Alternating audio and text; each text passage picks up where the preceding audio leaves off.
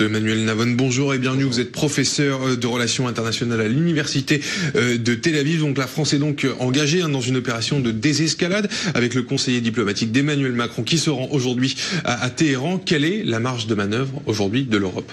Elle est très réduite. En fait, ce que les Iraniens essayent de faire, c'est de créer la division entre les Européens et les Américains. Justement, à cause de la réimposition des sanctions par les États-Unis, eh bien, les économies européennes sont affectées.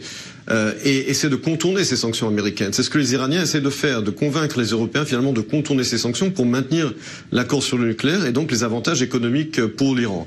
Et c'est pourquoi l'Iran fait toutes ces provocations, ces attaques contre les tankers dans le Golfe Persique, les attaques contre les cibles saoudiennes, mais on s'aperçoit qu'ils ne parviennent pas véritablement à créer cette division au sein du camp occidental, puisque aussi bien la France que d'autres pays européens, en particulier la Grande-Bretagne, eh bien disent que ils veulent à la fois préserver l'accord, mais sans pour autant contourner complètement les sanctions américaines. Donc il ne semble pas que cette stratégie iranienne soit en train de réussir. En particulier, on voit que la réaction de la France est très claire. La France dit oui, elle veut maintenir l'accord sur le nucléaire, mais sans pour autant contourner complètement les sanctions américaines. L'Iran qui continue de menacer maintenant directement l'Europe et avec les États-Unis. Si l'Iran se met aujourd'hui à dos les Européens, les Américains évidemment, qui va-t-il rester comme partenaire aux Iraniens ? Il en reste évidemment la Russie et la Chine, qui sont deux partenaires très importants. Et d'ailleurs, ce sont deux signataires, évidemment, du JCPOA, de l'accord sur le nucléaire.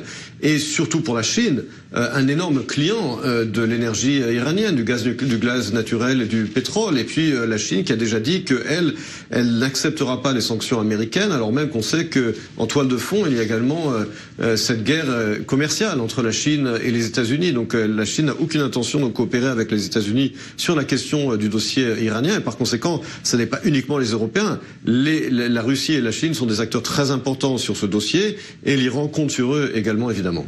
Alors la situation se détériore, il n'y a aucun signe d'apaisement. Est-ce que ces tensions peuvent aboutir à une guerre ?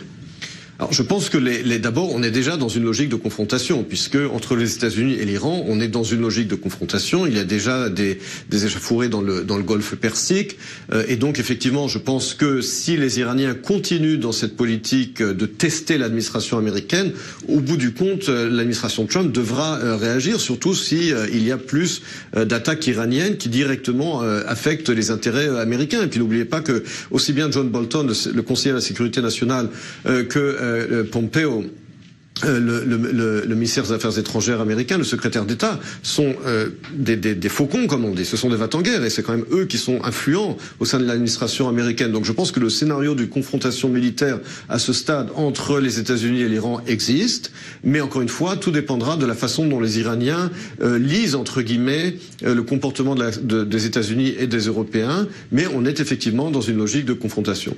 Merci beaucoup, Emmanuel Navon, pour votre